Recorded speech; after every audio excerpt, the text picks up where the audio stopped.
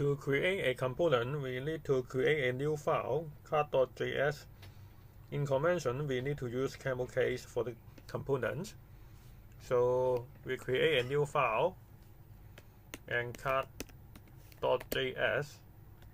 And inside this file, we can type RAFCE and press tab.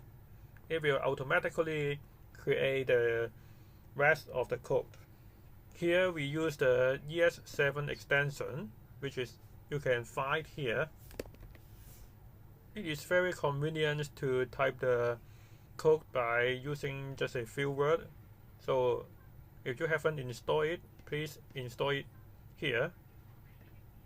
Since we will also use the CSS in our card component, so we have to copy this one and paste it here.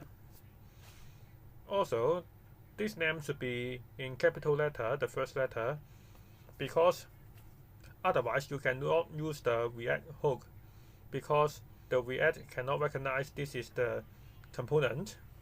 Now we can copy the JSX that we want that to be the component.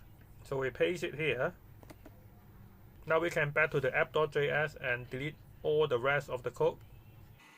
We need to use the component, so we have to import card from the card. We do not need to add the .js. If we want to use the component, we just need to type card and close the tag. Now you can see the component already displayed here.